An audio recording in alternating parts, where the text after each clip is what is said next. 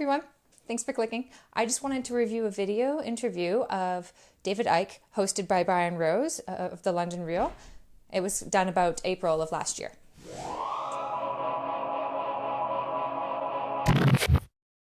So, who is David Icke? He is a former footballer or a soccer player, for those of us in North America, and a conspiracy theorist. He's been that for about over 30 years. He's conducted multiple interviews and spoken in over 25 countries and has written over 20 books.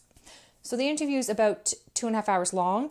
It's a pretty intense interview, and he gets into a lot of stuff that I'm not really going to review, so like the PCR testing and vaccine and biomarking and the future waves that are obviously going to lead to future lockdowns, and how dangerous this entire thing is for the economy, for individuals of lower income, and it's going to lead to opportunistic individuals taking advantage. That he gets a little bit different into autonomous cars and how they're going to take away our ability to go where we choose, and the loss of money, of course, and the loss of individual power. So the Great Reset, and how it's going to lead to you will own nothing and you will be happy, that kind of thing. So what I really wanted to discuss from this interview was actually when he gets into about an hour in, he starts discussing 5G and its rollout. So infrastructure was actually allowed to continue during the pandemic. It just seemed a little strange, and he brings this up repeatedly, that it seemed to come out, the development process seemed to occur overnight in a time when we were in full lockdown and most of us couldn't even go to work.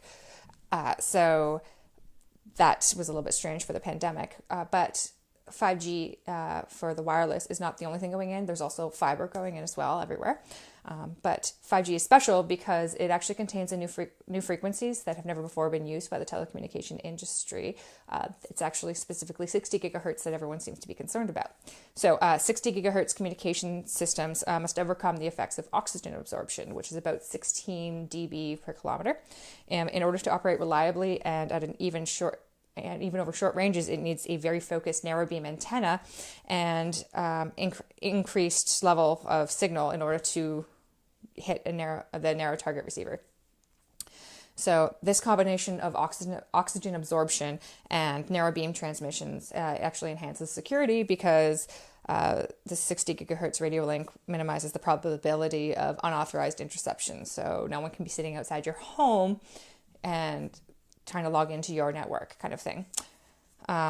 They've actually modeled the frequencies from 49 to 67 gigahertz in various environmental conditions. So the 2.4 gigahertz actually has an issue with water absorption. So when it's really rainy, or if there's a bunch of trees in the way, it actually can't transmit very well or very far, or have very high power levels. So this is something that we've already been aware of for previous issues. It's just that the big concern now is that it's oxygen and that it'll be used for a bioweapon of any sort. But that is not necessarily likely, but who knows? But he gets into a lot of stuff about this. It's a very interesting interview. It's very polarizing. He tends to do things quite extremely, but it's quite interesting to watch. So I posted a link for the interview below, as well as the links for all of the findings on 60 gigahertz.